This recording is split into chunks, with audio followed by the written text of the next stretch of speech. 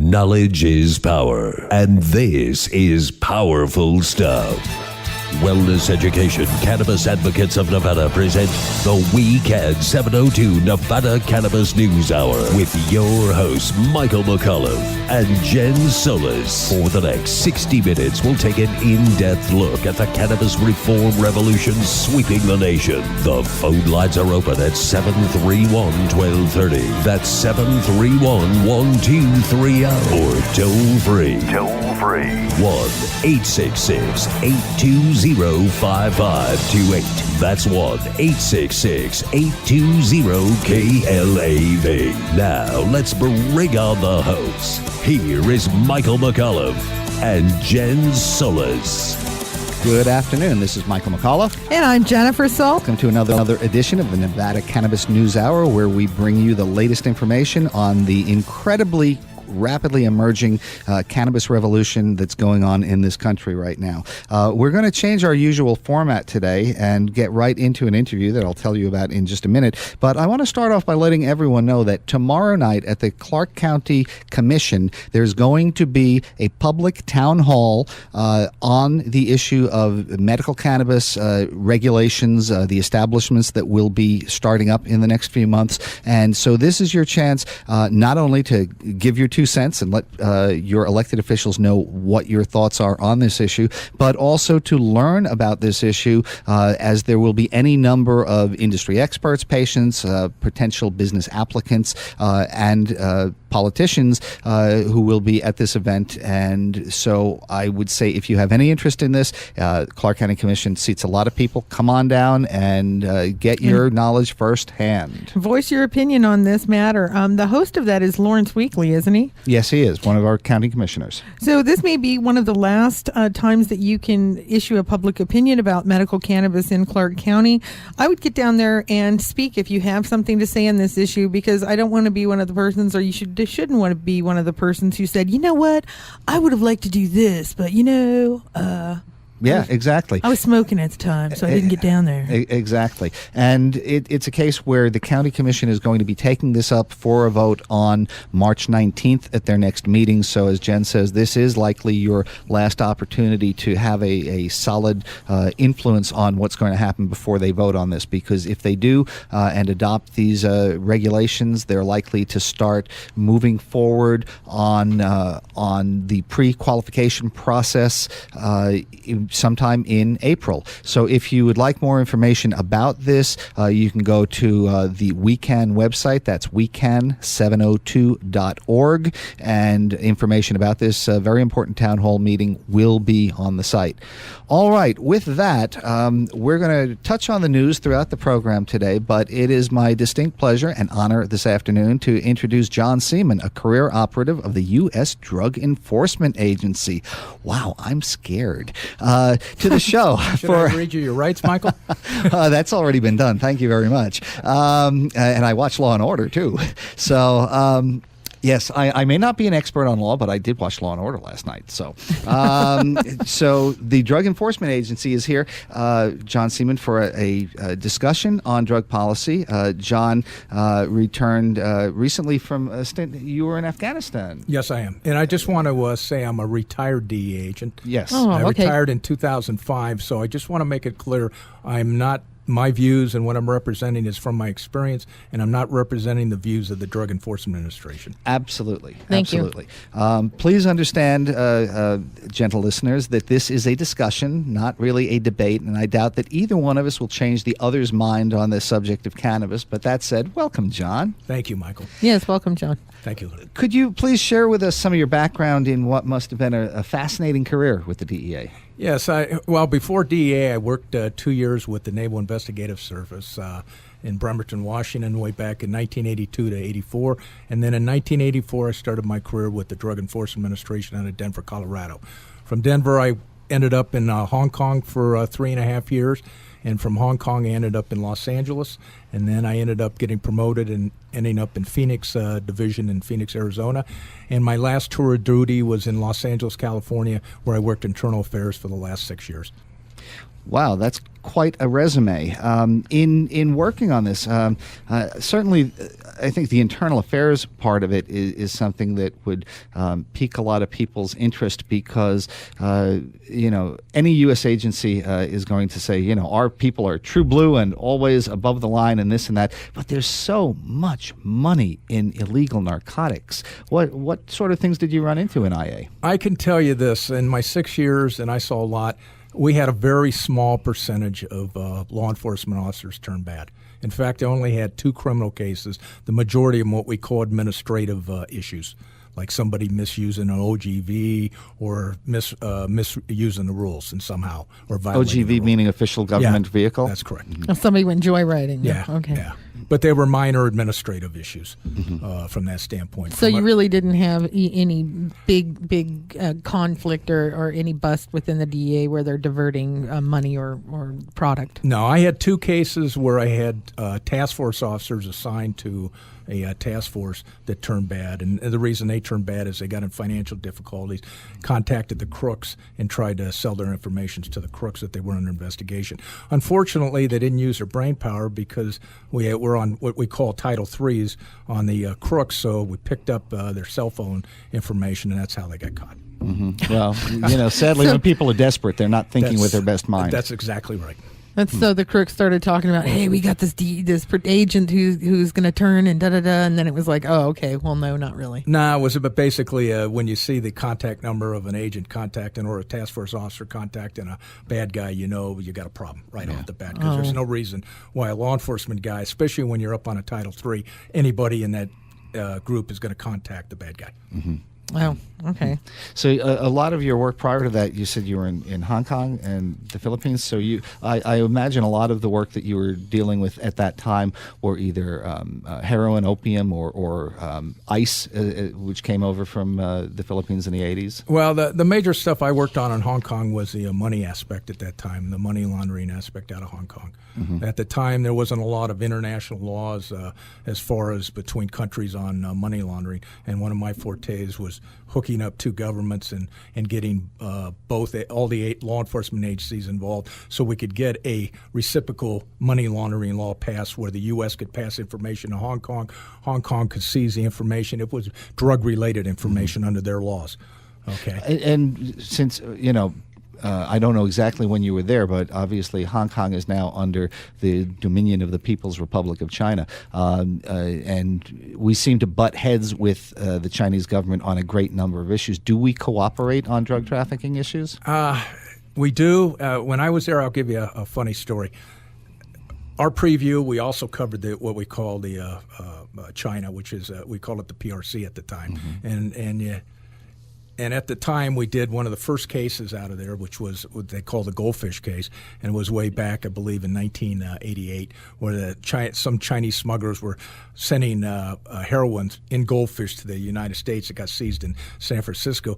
So that was kind of like the first test case to work with the Chinese. And then we ended up working a second case when I was there. They were putting heroin in these umbrellas and then shipping them through Canada and then on to New York. To make a long story short, we ended up seizing all the heroin on the umbrella case. Guys got convicted out of New York. We worked at the Chinese. The Chinese violators got convicted out of Guangzhou and on their side of the fence. However, at the time, they had the witnesses. We were sharing witnesses out of China. And one of the witnesses in China asked for political asylum. As soon as he did that, Chinese turned off all their spitic, and so cooperation ceased and desist at that point. And the difference is we lock our violators up for a number of years, and the Chinese, they just give them a bullet in the back of the head. They end up definitely they kill them. Well, most people don't know that we have more incarcerated than China does, but I guess China just kills more if they're incarcerated than we do. Yeah, they don't have that's true. They don't have an incarceration problem because they just shoot them. Well, to make more insult to injury, they make the party pay for the bullets. The family. Yes, they do. Wow. Wow, and yet, despite the fact that they are executing people for China, here we are in 2014, they're still executing people for this, which means that despite the threat of death, people are still enticed into this trade and for the money, presumably, and it just seems like it's never going to go away as long as it remains a coveted black market substance. Well, I would agree with that point. As long as the financial incentive is there, I think you're always going to have people violating the laws. And then you've got the other part. Let's face it. People are weak. People want to get high, either it's alcohol, drugs, or whatever. They're going to go, whether you got a law or you don't have a law. You're still going to have people are people. You can't legislate morality. No, you can't. No, you can't. I mean, and you can't also legislate how people relax. I mean, I guess a fair question to you would be, how do you get high? How do you feel good? Well, I definitely don't smoke marijuana. Number one, and number two is I'll have a few cocktails, maybe once or twice a week, and that's about it. And I think that's the case with many people who use cannabis. They're not junkies, certainly. They don't chain smoke their joints. A lot of responsible people who have careers might, a day or two a week, take a few puffs. And I'm not speaking of the medical side, obviously, there. Sure. But, I don't see a great deal of difference in the fact that both of these choices can still be part of responsible lifestyles. Well, you're kind of throwing the legalization part in with the medical side. And I really believe you need to differentiate between the medical and the legalization part of what they've done in Colorado and Washington, because they're two different issues entirely. Well, let's talk about that. Let's get into that. And the thing was, Jen didn't ask you what you take to relieve your ailments. She said, what do you do to get high? Oh, yeah. So that was more of a question in that direction. To relieve stress, I go out and work out and run. Good There for you you. go. You see, and that is a good response, because people do different things to feel good. Some people work out, and some people smoke a little bit. Some people drink a little bit. Some people pet their animals. That's correct. Mm-hmm. I've certainly heard of a runner's high that kicks in. Definitely. Endorphins. The endorphins that kick in. So over the course of time, 26 years, you've certainly seen the agency grow in size. I mean, it went from, it was first authorized in 1971, and here we are some years later. The last figures that I saw show an agency the size of 11,000 people. And there's an old quote that the bureaucracy is expanding to meet the needs of the expanding bureaucracy. In this era of budget cutting, do you think there's a need for such a large force? Yes, I do. And only from the reason of you've got to understand what's going on from a geopolitical thing. You've got right now in Afghanistan, which is the largest purveyor of heroin, hashish, and marijuana in South Asia. Southwest Asia, okay? On the Mexican border, through going down to Colombia, you've got the largest of heroin, cocaine, methamphetamine. So you have to have something to combat this. Mm-hmm. Otherwise, with the amount of money and the amount of dollars involved, and we're talking billions of dollars here, and we're talking about very organized groups, you then become where a state becomes a narco state. Mm-hmm. And that's what you don't want to happen, because once you become a narco state, you're done. So are you talking then about potentially Afghanistan in several years past, or areas of Mexico, perhaps? I would say Afghanistan, if the Taliban came back, would be probably very close to becoming a narco state. I'll give you a good example in Colombia.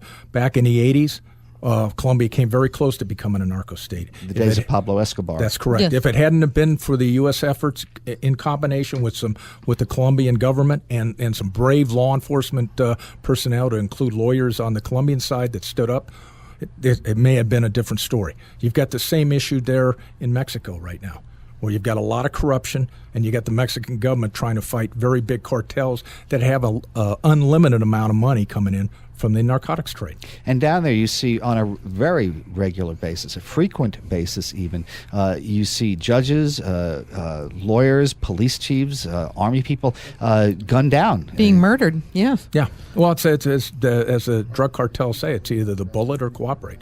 There's only two things you can do, and that's what they put out. That's not much of a choice, and Yeah. it's not surprising that some people will choose to cooperate in that because from what I understand, when they go after people down there, they just don't go after the target; they go after the whole family. That's correct. But as a success story, Colombia is a success story if you look at it. Okay, because if you look at Colombia today, Vice, if you look at it in the late 80s, totally different situation. The Revolutionary Guard, what they call the FARC, is on the run down there. Mm-hmm. The drug traffickers get convicted. They get sent to the United States. They're getting convicted. The Colombian government has passed stringent laws as far as money laundering, going after the money. So you've got a whole different situation than you had back in the 80s, where the government was intimidated by the traffickers. Yet at the same time, I read in Time and Newsweek before it stopped publishing print that the street price of cocaine is about the same as it was in the 80s. So where is the success? Well, if you're going to go on a dollars and cents issue on as far as seizing, that would be an argument. Okay, what are we doing? If the dollar amount's still the same, what have we been doing for the last 20 years? Here's where I come. Here's my opinion on the matter.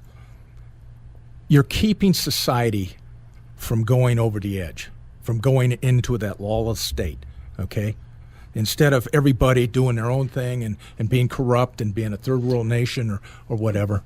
You're going down. You're keeping societies from going down that road, because if you see where societies where drugs have taken over, or one of the main principles for financing of of a nation, then you'll see all the issues that are involved. And yet, where you see countries and you see societies that have complete legalization, you neither see a rise nor a fall in the number of addicts. The number of addicts stay the same, and those people like Norway, they have stable banking, stable communities, they have stable drugs even. There's nothing out of control in where complete legalization is the law of the land. Well, it depends on what you're talking about on legalization. Are you talking about just legalizing marijuana? Are you talking about legalizing heroin, cocaine, methamphetamine? Because cocaine is a class 2 controlled that's substance. Correct. And so they already say that cocaine has some medical use. It could be prescribed. There was a doctor in New York before I moved out here that was offering cocaine nasal swab medical treatments.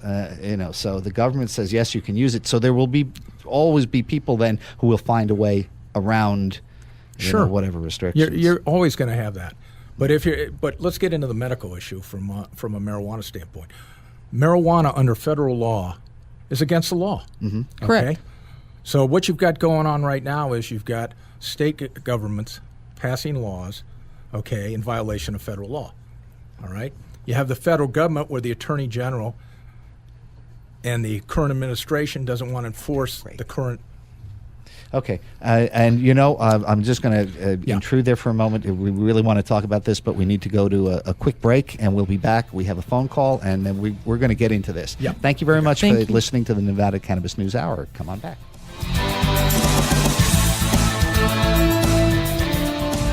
The Von Dank Group offers turnkey solutions for all your cannabis needs, bringing transparency and responsibility to a young, budding industry. Helping patients by producing the cleanest, safest, and most potent medicines and infusibles possible. The Von Dank Group is a design, management, and consulting corporation with over 30 years of industry experience and knowledge of the dispensary, edibles, infusible kitchen, and large-scale cultivation of cannabis manufacturing facilities. Let the Von Dank Group help you grow your cannabis business from seed to green. www.vondank.com. Did you know that over 100,000 people in America are dying on an annual basis due to prescription medications? Yet marijuana has been around for 10,000 years and used as a medical resource and has never been known to kill a human being ever. But yet we're not utilizing this great medication. Here at Karma's Holistic Health Foundation, it is our sole purpose to get you to your medicine as quickly as possible, all while following the state of Nevada's laws.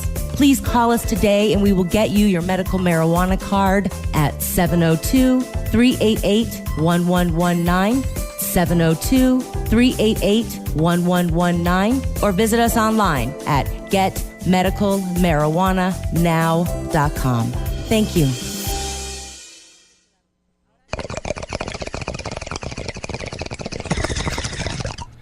Hi, welcome back to our show.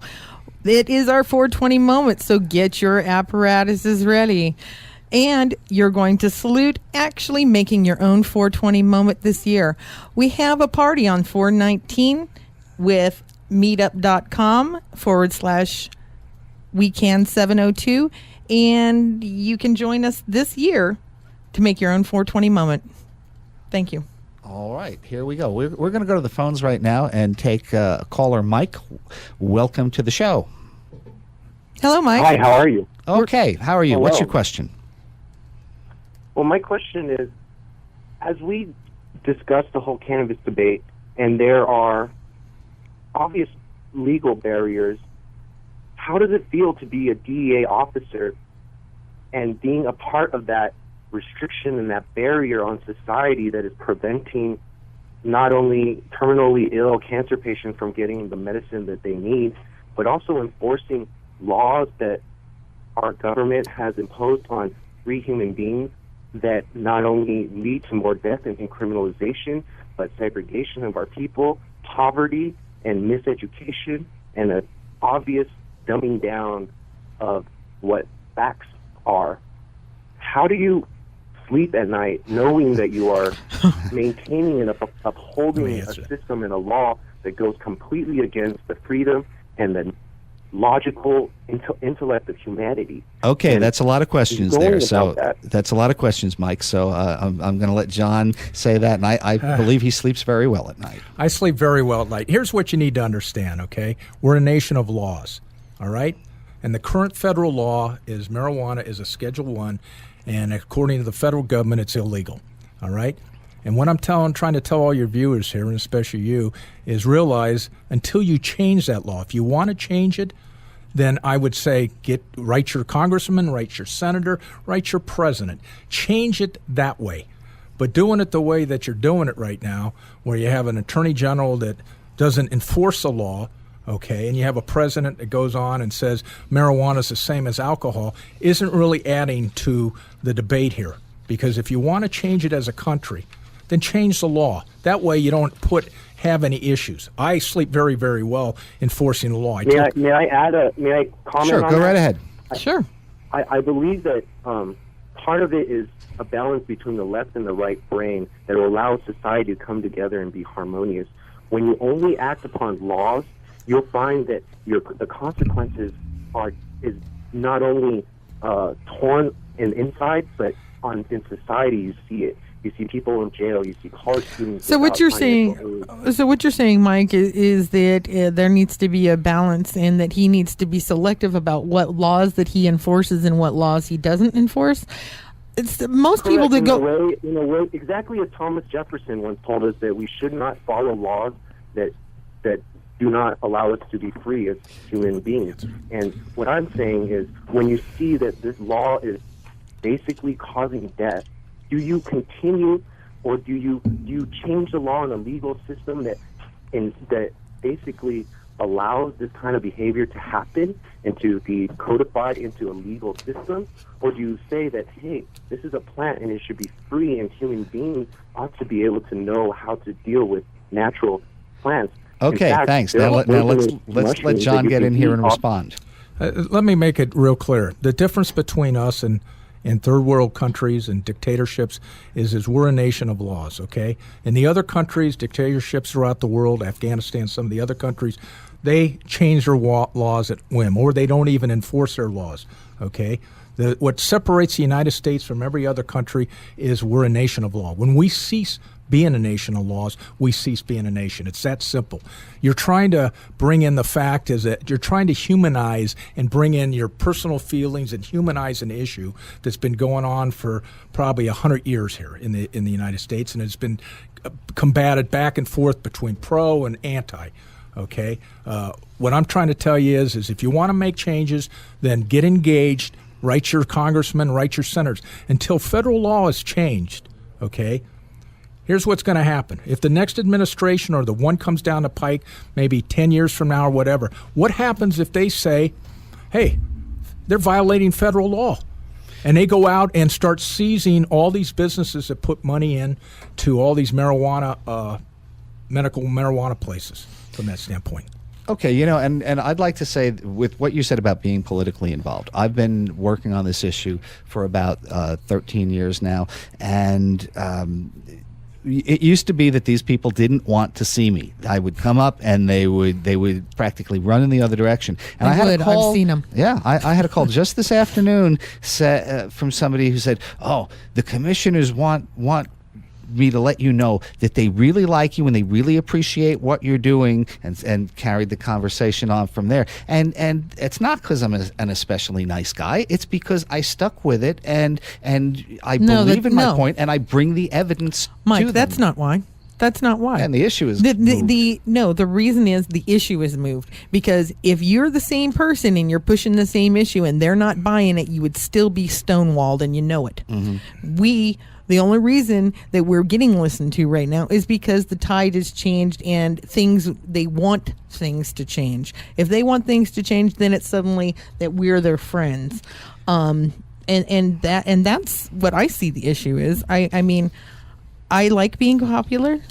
I like my opinion being listened to, but if they didn't want to hear the issue, they would stonewall us just the same. And I've experienced this many times before. You go in front of, people, and they say, oh, and they're very nice to you, and they nod to you, and then they send you a letter that says basically, mess off. So that's true, and I've dealt with it for years. But fortunately, the tide is turning for us, and it takes all of us. Together we can do this. Together we can do it. We need to have the people out there determining the government that they want and the choices that they want for this nation. And when we get enough of them doing that, things change. So, John, let me give you a long setup to a short question. You got here. it. Okay. Now, during the Vietnam War, there was Air America, and we're in the CIA shipped massive quantities of drugs to the U.S.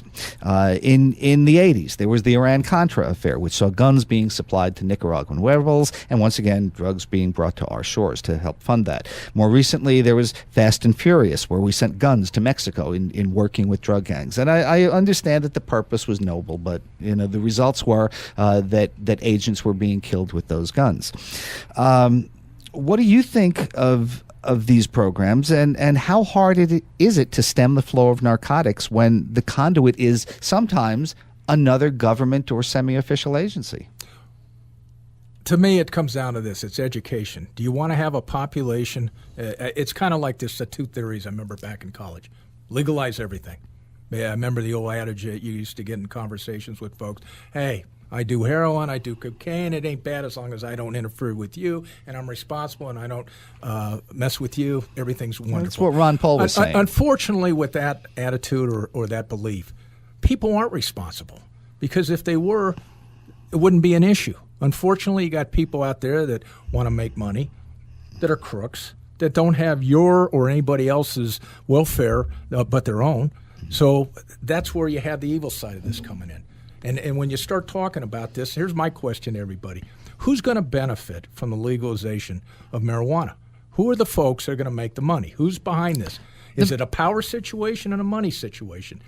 Is it under the auspice, oh, yeah, we're going to dumb down our society and put another drug out there like alcohol, and now you're going to increase your 1%? It is not. Well, it's not like alcohol, because it doesn't cause brain damage. It doesn't cause brain damage with significant use, and alcohol does. Well, that's where I disagree with you at, because if you look at if you follow the studies or look at what the FDA, here's my question. If you've got the American Medical Association, the Federal Drug Administration, okay, the National Health Institution, that isn't for legalization, there must be a reason. I'll tell you why. The American Drug Association wanted the class not to be put on Class 1 in 1970, and Nixon went against it and put it on as a Class 1 controlled substance against the AMA's opinion on it. They had a 4-page opinion saying that it has medical use and it has no harmful effects, and Nixon went against it and put it on Class 1 controlled substance. That is why it is there. Well, I still disagree sir, with you. That is why it is there, sir. Okay.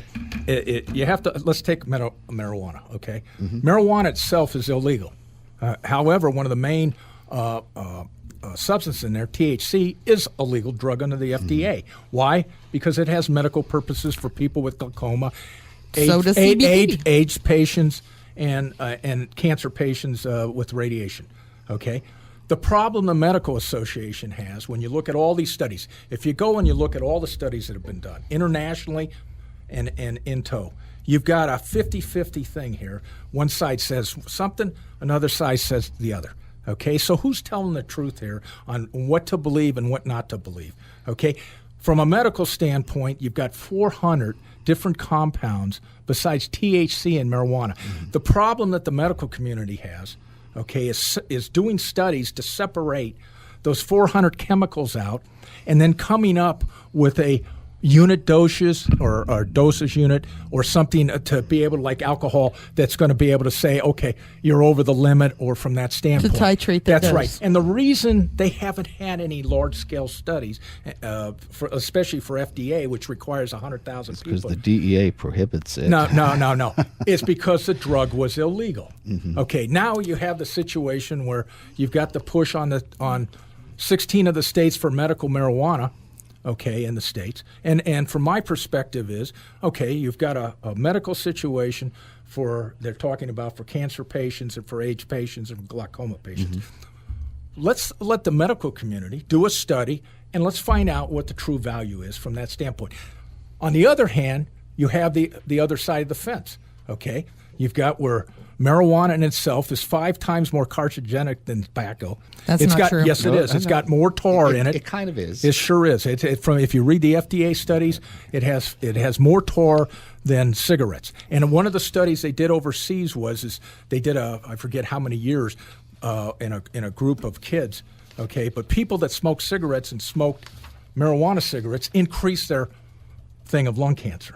That's Okay. not true. They did a study on head, neck, and throat cancer that it not only reduced head, neck, and throat cancer, it prevented it in people that smoked both cigarettes and tobacco. Well, and this came out of UC Berkeley, and I don't know if you guys are like, just want to discount that science. Let me because ask it's you Berkeley. this. Having been a cancer survivor, let me just tell you this, and a lung cancer survivor, if it had any kind of prohibitive value, trust me, the AMA, the National Health Institute, and the FDA would be on this like whatever. The NIA, the National Institute of NIH? Health, Yeah. NIH, the National Institute of Health, won't do anything until it's off the Class 1 controlled substance. And actually, they so did we're a study in chasing our tail. 1973-74 Yeah. where they showed that it caused autophagic cell death, but the Nixon and then Ford administrations buried that report. Those results were duplicated by the University of Madrid in 2000, then again in 2009 on a limited human trial. And Israel's been doing studies for over 50 years. You can go down the list and pull up the same amount of studies to say the other argument. There's just as many I guess from that standpoint. And what I'm saying is why not there's never been an in-depth study done, and for the reason is because they haven't been able to break down all the compounds in the marijuana. well, for the reason because it's Schedule 1. That's right. That's correct. So how do you go about that on the medical marijuana side to get to that point? Well, we've made petitions, and they've been ignored by the White House. We have petition after petition after petition Reached on out We to the our People. federal legislators. On sure, all that reached sort of out to our legislators, and and they, while they want to go for legalization, they say, well, until the White House changes or DEA. And the White House changes is saying exactly, until Congress votes to reschedule, I can't do it. So it's like a dog chasing its tail. And really. that's where I'm coming back at. Again, when I come back and say we're a nation of laws, that's where you've got to start at. Instead of starting on the state side of the fence, if you really wanted to put the people with the money and the focus, it should have started at the federal level. Because unless you change that federal law, Well, didn't alcohol prohibition fall because of all of the states legalizing it? I mean, it wasn't just enforcing. Not enforcing. The states weren't But ultimately, enforcing, it was the and then federal it just- government that It was the repealed federal government Yeah, that but because it after was a so many constitutional states, say we're not going to enforce this, then the government had to say that. So how we're doing it right now, I think, will lead to a logical conclusion of what I hope happens. That's what you're saying right now. If you go back through history, if you go back through the 80s and the early 90s, as far as anybody wanting to legalize marijuana, was way down. Okay, it's just recently, since 2008, that it's peaked up. So here we are. We're going in peaks and valleys on who's for it, who's against it, and it's going to continue to do that. And you've got 50 different states here. There's a lot of states that have no plans to legalize marijuana in their states. So, but even more so than ever before, we're seeing Rhode Island is considering legalization, Alaska is considering legalization, Florida, Louisiana are looking at medical, Georgia is looking at medical, New Utah York is looking at medical, New York certainly, even Texas is looking at decriminalization. okay, So, but mine's a different issue. exponentially it's growing, and exponentially it's growing until a point where it's going to burst. There's going to be a bubble. And let's separate it out. Medical? They're talking about medical. They're not talking about legalizing it Or for recreation. Rhode Island and Alaska Okay. are Okay. this year. But majority of the initiatives in the states are for medical marijuana. Okay. off the deal. And there's those are two separate issues. I agree. I agree. And we touched on that earlier, and you said that there is a difference in your mind between medical and recreational. Let's talk about this. Do you believe in medical, or what's your views? I believe if there's a medical purpose where a drug can help for a person for medicinal purposes, okay, I don't have an issue with that as long as it's regulated and controlled by the medical folks themselves on that side. Okay, so you don't have people going into it to make a profit to create a situation, and that's what you kind of got in Colorado. Haven't you heard of American healthcare? No profit. Pfizer? What country are you? A socialist, sir? No, are you not a Kucinich Democrat? No, I'm not.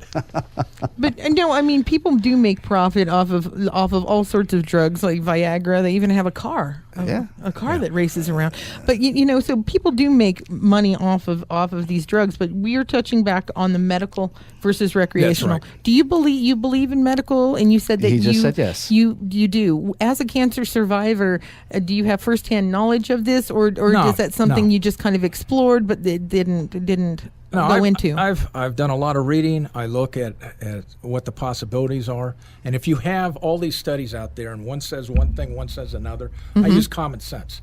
Okay, I'm not a medical profession from that standpoint. Okay. Okay. And what I'm saying is again, I'm going back to the situation. Why hasn't anybody done any studies top hand? Because the drug was illegal. Now you have where states are going for the medical marijuana initiatives on there. What I'm saying is then it's time to get the federal government, get in there, do real studies, so you don't have the stuff pasted on the internet, what you believe is true, what I believe is true. Get out what the facts are. The facts are always going to lead you down the road of what the truth is. Well, okay, the facts are that cannabis, as you mentioned, is presently residing on Schedule 1 of the listing of prohibited drugs. That's meaning correct. that it has absolutely no medical value whatsoever. Yet, at the same time, why do you think then that the federal government is issuing patents to pharmaceutical companies for synthetic derivatives of cannabis constituents? And more importantly than that, why do they say that their veterans can smoke cannabis and not lose their veterans benefits if they're using it for a medical reason? The U.S. government says this. Well, you've got the U.S. The Attorney General telling the Drug and Enforcement Agency not to enforce marijuana laws. So, yay. Okay, so it's well, you can say yay, but let's go down the road. You could have another administration in there in some other law say we're not going to enforce that law. And when you start, all I'm saying is, look, It's a slippery slope. It's a slippery slope. And when you start going down there, you lose your freedoms. All I'm saying is, we're in the United States. You have the ability to change your laws. All I'm saying is put the focus. If you want to change this from a medical marijuana standpoint, then put the emphasis on the federal government. Okay, that's where your emphasis and the money should go. Pressure your congressmen, pressure your senators, make the argument. Okay, until you change that, all these states that are going to go and set up medical marijuana are going to be leaving themselves open from a legal standpoint because, like I said, what happens if you get an administration in there that starts enforcing those laws? So does that mean all these state people that put their monies into these businesses and under the state auspices thought they were legal? Federal law trumps state law. And until you get that answer either from the court system on what the legality is, you're going down a slippery slope. That's all I'm saying. Well, we're going to have to go to our next break, and then we're going to come back, and I want to address 3 issues of what you just said, so don't go away. I think this is a fascinating discussion. Absolutely. I hope you all do, too. So stick around. We'll see you in a minute.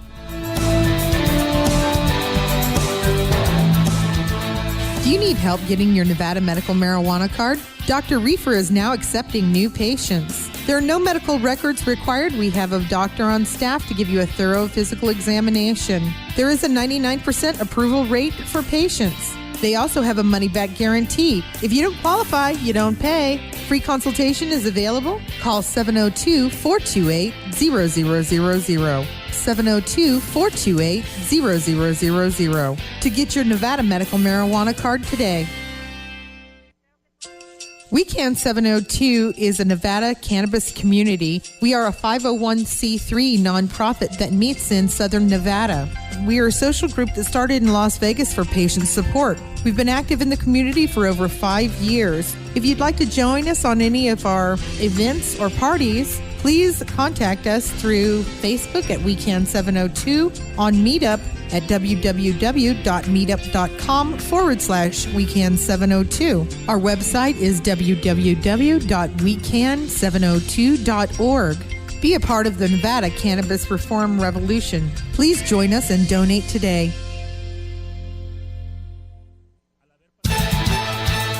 Welcome back. In stereo, no less. All right. Well, there are 3 points. I've got to say, this is a fascinating discussion, and we could go on for another hour or two, I'm sure, and maybe we will in the future. But I'd like to address 3 points of what you were saying in the last segment. First off, we'll talk about federal supremacy laws. When the Uniform Controlled Substances Act was passed in 1971, they talked about the federal government controlling illicit drugs, and that was the authority under which the DEA was formed. And so what we have, though, as we're seeing now with the rollout of the Affordable Care Act, that health laws are state issues. That's why we have 50 different programs in 50 different states rather than one federal government fits all. There is a legal theory called occupying the field, where if one governmental agency writes a set of laws to cover a certain thing, it has occupied that field and doesn't give room for another. And so whereas the federal government and the DEA certainly have supremacy to go after illicit drugs, it would seem that when states craft carefully thought out and planned laws, healthcare laws like medical cannabis laws, as we've done here in Nevada, it does not give the federal government room to come in and assert dominion over that, because healthcare is a right that is retained by the state. Now, in California, you certainly have had something that was a mishmash because it was the first one. But if you look at a state definition of cannabis as a healthcare issue as opposed to a criminal justice issue, it seems to shut out the federal government from coming in. And so the Department of Justice has said the better regulated a state program is, the less likely we are to interfere. I'm not sure if that's exactly the same as ignoring the law. I can answer that one because all drugs and narcotics are under the auspice of the DEA. And the DEA is a federal agency. So they oversee all controlled substances, including cannabis. That's correct. And as much as I don't want to give, but that's I know about drug laws, and that's basically the DEA is John, overall controlled substances. Yeah, I would like to take your example that you just used about the Affordable Health Care Act. Mm-hmm. You said it was more a state issue than a federal issue. It's a federal issue. It's a federal mandate. It's a federal mandate right now, and right now what's going on? You've got a law that was passed, and you've got, by executive order, 32 times the law being changed, which is against the law. Because once a Congress passes a law, a president does not have the jurisdiction to change, per se, the law. Mm-hmm. From a management standpoint, he's given the right to manage from an administrative part, but he does not have the authority to change the law. So when we're talking about legality here, mm-hmm. and this is my point with all the state attorney generals and everything else in all the states. If you want to, again, use this, and like you said, if you have the domain issue where the state is passing these laws and regulating, then put the effort and go back to the federal government and put the pressure on and change the federal law. There's no better time to do it than now. But there is executive power, and the president has the ability to make certain changes within the laws. Well, not on a law. Well, could he take it from a class 1 controlled substance to a class 4 controlled substance? No, he couldn't. Boy, and there's so much that I read that says he can. I'm not gonna. We're not gonna argue about it, but I'm gonna go home and do more homework on this. Well, if he can, it'll be interesting, because then my answer would be to you guys is, here you had a president that said marijuana is no different than alcohol. So if that's the case, then he should be for it, and he should be changing it by executive order. Okay, all you betting people in Vegas, here's my prediction. You could not, I've been saying for years that the first black president could not make substantial change on marijuana policy in this country, certainly not in his first term. And in fact, the reason that I believe that he hasn't done so in here is he doesn't want to give the loyal opposition party the opportunity to beat him up on it in the midterms. terms. In his State of the Union address this year, he challenged Congress to act and said, where Congress doesn't act, I will. And then just a couple of weeks ago, he said, rescheduling cannabis is a job for Congress. So I truly believe that he is setting himself up for the ability for him to reschedule cannabis out of Schedule 1 shortly after the midterm elections. And that's my bet. Who wants to take it out there? Okay. All right. And hearing nobody. Well, I was going to say we have a caller on the line. Caller, do you want to take the bet? Hello, caller. This is Jennifer. This is the WeCan 702 show. Yeah, this is Lee. Hi, Lee. What's your question? I'm calling to my question is more of a statement about this being a nation of law. It's also a nation of checks and balances, and the 10th Amendment ensuring nullification is one of those checks and balances that we are now using to change the law. Okay. During nullification. Okay, I'd like to also say that the federal government has a program where they cultivate and distribute cannabis to a small set of existing patients. That's true. Yeah. There are 4 patients left in the investigational new drug medical program. Value by doing so? I think they are. I think they, by default, they're saying that there's medical value because they are issuing it as a medication to these people. And in fact, the federal government researchers hold 3 patents on cannabinoids as neuroprotectants, which is an issue that is of great interest to the players in the management of the NFL or anywhere where you have high contact injuries that can cause brain trauma. So, we would argue that there is a basis that cannabis should be moved out of Schedule 1, but you're absolutely right. Congress needs to act, and unfortunately, we have a Congress that last year had the lowest set of bill passage of any year on record. So it's difficult to wasn't force it like them in the to act. single digits or something? Well, that's their approval rating. Oh, they were approval. Yeah. Okay, so then thank you, Lee. Let me ask the next of 2 points that I want to bring on, because I knew you were going to be bringing this up, John, so I wanted to be armed for it. It says, in fact, I'm reading an article from Alternate. It says, Health Czar shows amazing ignorance about marijuana facts. The largest case control study ever to investigate the respiratory effects of marijuana smoking reported that cannabis use was not associated with lung-related cancers, even among subjects who reported smoking more than 22,000 joints over their lifetime. Summarizing the finding of the NIH-funded study to the Washington Post, lead investigator and pulmonologist Donald Tashkin of UCLA affirmed and Donald was an employee of the federal government who was looking to show the evils of pot. He said we hypothesized that there would be a positive association between marijuana use and lung cancer, and that the association would be more positive the heavier the use. We found instead there was no association at all, and even a suggestion of a somewhat protective effect. Writing in 2013, just last year, in the scientific journal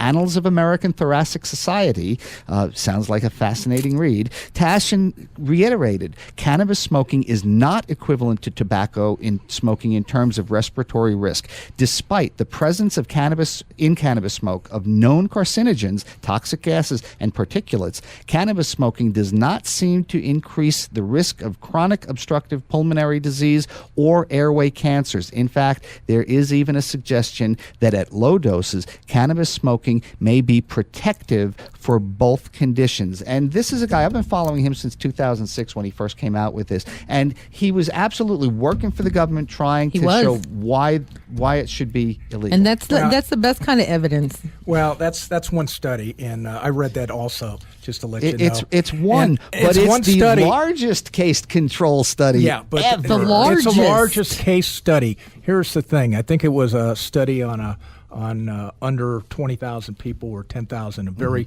small representative sample. Okay. Yet the largest that has been he had the largest largest that had been done there. Okay. to get a drug legalized, okay, you've got to do a study under FDA rules, at least 100,000 and over a long period of time to really know the significant causes and effects that are going to happen. You can go to the internet and pull up hundreds of studies on the adverse effects of marijuana, and you can pull up 100 studies on the pro marijuana, okay? Again, the problem is from the medical side, they've never done an in-depth study on marijuana itself. THC, they have, okay, and that's why it's an approved FDA drug. Schedule 3 for That's Marinol. right. That's correct. So what I'm saying here is that a study, the facts are still out there to be seen. Sounds like what he's saying is that we need to reschedule cannabis. I think he I said thought that's that. what I heard. Oh, that's what I heard too. I didn't say to reschedule cannabis. If I was going to reschedule it, I'd reschedule it to a Schedule 2 like cocaine and morphine from that standpoint, okay, for medical purposes, because it has been proven for use on AIDS patients to increase their appetites, and it's been proven on cancer patients to get rid of the nausea. However, but that's a And then very it doesn't belong that's in a, that's a Schedule very that's a Why very Schedule 2 though? because that's for medical, because the science is not in on this. Yeah, I would think thousands of years would be enough science. Nobody's died, right? Michael, have you known anybody that died? Look, it comes down to this. No. Do you want to? How much do your society? You can go down this road and you can say, let's legalize drugs. I could make the argument right now. Let's legalize heroin. You could heroin. Well, guess Ron what? Paul did Guess at what? the Republican debate. You- in They 2012. found that more people are getting hooked on heroin now because of their pill use. There's oxys and their roxys, and they can't get those oxys the- and the roxys refilled, so they're pharmaceutical going to opioids are the heroin. biggest All I'm threat in saying this is country. before you open this up, and you have a situation where you already have an alcohol problem in the United States, and you're going to have and open it up where you may have the same problem with the marijuana situation as far as from a young standpoint. Okay, from a nation, instead of dumbing down and medicating folks, okay, because they're in a tough enough situation where they're competing in the world That's stage. what Jerry Brown is saying. And you need the best and brightest, and you don't need them smoking on a toke or taking a don't- bottle of Jim Beam. And you don't need them taking Ritalin Okay, either. that leads me into my last point then. Okay, one study that we have here was published in the Proceedings of the National Academy of Sciences, prestigious, which reported that subjects who used cannabis heavily during adolescence experienced an average drop in IQ of roughly 8 points compared to their non-smoking peers. But the NIH director failed to mention that the journal's editors published a separate analysis just 2 months later, repudiating that paper's findings, concluding Completely. that the original study's authors failed to adequately control for the subject's disparate socioeconomic status. The association between adolescent onset cannabis use and IQ is given a causal interpretation by the authors, but existing research suggests an alternative confounding model based on time-varying effects of socioeconomic status on IQ. A simulation of the confounding model reproduces the reported associations, suggesting that the causal effects estimated are likely to be overestimates and that the true effect could be zero. So, and like you're saying, you can find studies to say whatever you want. I kind of look at it this way, Mike. You can cherry pick certain studies and they can go back and forth, okay? It comes down to the same issue. Yeah, but I'm cherry picking from the National Academy of Sciences. Look in not, this room. a quack. I want you to look in this room and point out the person that smokes the most and the person that smokes none. Point out the person who's high. The person that's I was gonna. He just fingered Kurt. My bad 1,000. Guilty as charged, I guess. Actually, I don't smoke a whole lot. I actually eat it and consume it because that's what works for my pain. And Good for it's safer. Okay, then we're about to wrap up here. We've got a minute left. I want to thank you, John. Thank you so much. I would love Thank to you. have you back on. This conversation is not done in any way. What a spirited debate. Well, I enjoyed it, and anytime you want me back, I'll come back and we'll have another spirited debate here. That would be terrific. you, I'm going sir. to close with the words of Francis Young, a DEA administrative law judge who in 1988 wrote, "In strict medical terms, marijuana is far safer than many foods we commonly consume. For example, eating 10 raw potatoes can result in a toxic response. By comparison, it is physically impossible to eat enough marijuana to induce death. Marijuana in its natural form is one of the safest therapeutically active substances known to man. By any measure of rational analysis, marijuana can safely be used within the supervised routine of medical care." This coming from a DEA judge. Thank you Thank so you much. so much. We'll see you next time. Keep fighting.